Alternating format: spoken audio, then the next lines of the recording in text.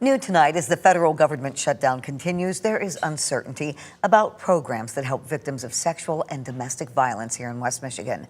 Tonight, the YWCA hosted an awareness walk downtown Grand Rapids.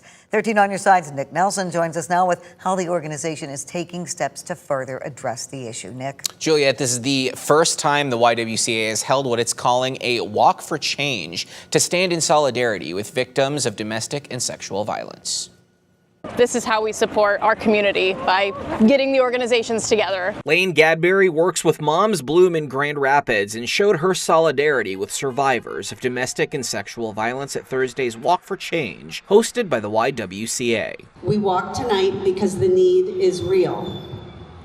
Here in Kent County, it's estimated that law enforcement agencies respond to more than 2,500 incidents of intimate partner domestic violence every year.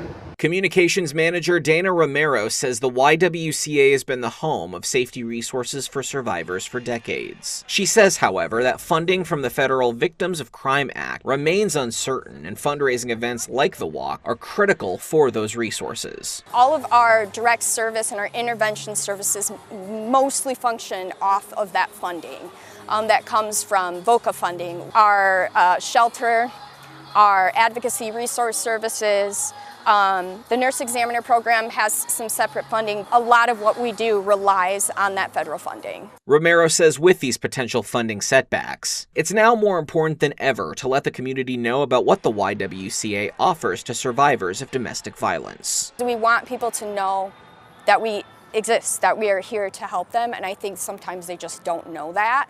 So if this event is a way to increase that awareness, we should keep doing it every year.